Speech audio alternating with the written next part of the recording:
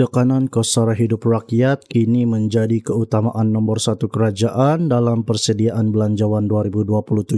Apakah maksudnya buat rakyat? Ikuti penjelasan lanjut. Keutamaan pertama, kos sara hidup. Kerajaan telah menetapkan 10 bidang keutamaan utama yang akan dititik beratkan dalam pembentangan belanjawan 2027. Daripada kesemua bidang tersebut, menangani tekanan kos sara hidup rakyat diletakkan sebagai keutamaan tertinggi. Fokus ini merangkumi 3 aspek utama iaitu bantuan, subsidi dan pelbagai manfaat kepada rakyat sama ada dalam bentuk bantuan kewangan tunai, bukan tunai mahupun kebajikan rakyat secara keseluruhan.